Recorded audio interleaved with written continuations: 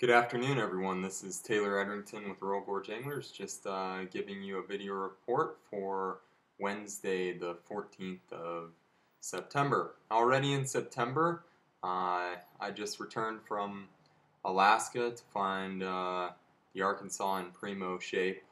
Great wading level, right in the 350 category from Salida down to Parkdale, and considerably lower up high. The section up high from Granite down through Browns Canyon and down to Salida will continue to fish fairly well. However, it will start to taper off fairly shortly, as basically just low water levels aren't facilitating as good of patches as they have been prior.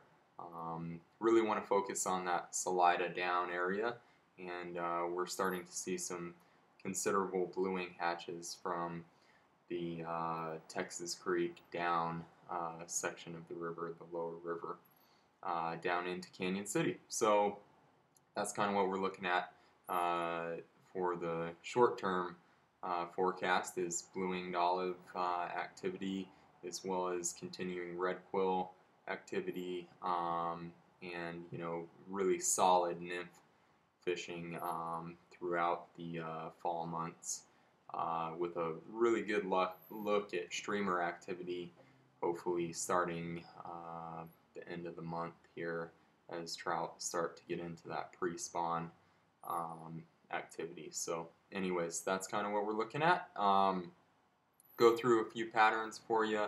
Like I said, flows at about 350, so really look for the structure intensive areas, seam lines coming off shorelines, seams coming off boulders in the middle of the river, the pocket water in the middle of the river. Fish are really holding in those structure-rich locations, and so really focus on that when you're nymph fishing.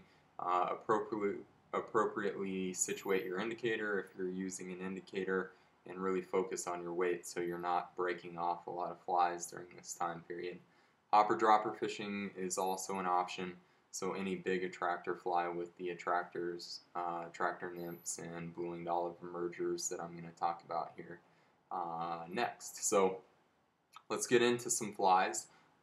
Basically what I suggest for people is, if you want to hopper dropper fish or double dry fish or what have you, do it early and late, and then focus on nymphing in the real core part of the day, that 10 o'clock to 4 o'clock region, and focus on big stoneflies trailing red quill nymphs and attractor nymphs associated to red quill nymphs, as well as blue-winged olive nymphs and emergers both. So taking a look at that, my recommendations for stoneflies will be pretty consistent through September and October. A rubber leg stone, Larry's rubber leg stone, which you've probably seen 1,000 times during my video reports, but continues to be one of the best stonefly nymphs in the river, and any freestone river in Colorado. I do like the lighter colored of the two. Larry also has a new dark brown rubber leg, which fishes very well, but I like the lighter of the two during this time period. A number 12 Jumbo John, heavy tungsten, got that lighter colored wire for the body, little lighter thorax. We sell this in a darker Jumbo John as well, but this guy is a great lead fly, super heavy, going to get you down into the territory you need to be in, and will definitely stick some fish. When we look at red quill nymphs or attractor nymphs, red being the key color in September and October on this river. First and foremost, red copper john, really pretty hard to beat in a size 16, 18, and 20. I like to carry all sizes because it seems like sometimes they get a little picky, so I just downsize a little bit. But red copper john's pretty hard to beat. We tie a